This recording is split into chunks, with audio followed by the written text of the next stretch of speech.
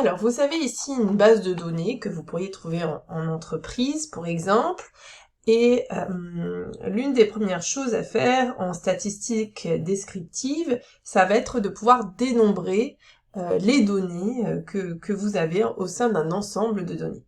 Donc, par exemple, ici, si je veux dénombrer le nombre d'employés, je vais pouvoir utiliser la fonction NB. Donc NB, hop, je tape au clavier, égale N, et puis j'ai déjà NB qui arrive, je double-clique, et puis là, ça va me permettre de compter, par exemple si je sélectionne tout ça ici, ça va me permettre de compter combien de cellules complétées j'ai sélectionnées. Je ferme la parenthèse et je tape sur Entrée, donc j'ai 76 cellules, vous voyez, c'est marqué 77 salariés, parce que j'en ai une en moins ici, donc j'ai bien 76 salariés dans la société. Avec la fonction NB, je vais pouvoir dénombrer tout ce qui est nombre. Donc si j'ai du texte, par exemple si je fais un NB ici,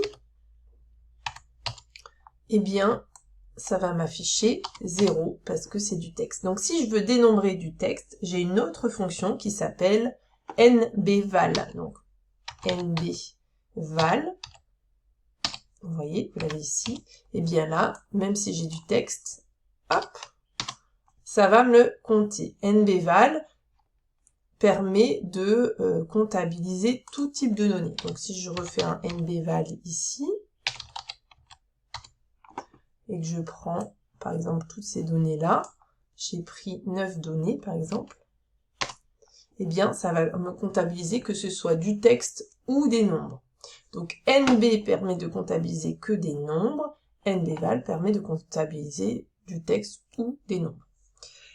Ensuite, ce qui peut être intéressant dans un tableau, parfois, ça va être de comptabiliser le nombre de cases vides. Vous voyez, par exemple, ici, j'ai parfois des cases qui ne sont pas remplies. Vous voyez ici. Bon, si j'avais envie d'aller comptabiliser le nombre de cases vides dans Excel, je vais utiliser égale NB vide. Vous voyez ici. Et je prends la plage de données, par exemple celle-ci, et j'ai 5 cellules vides ici dans ma plage de données.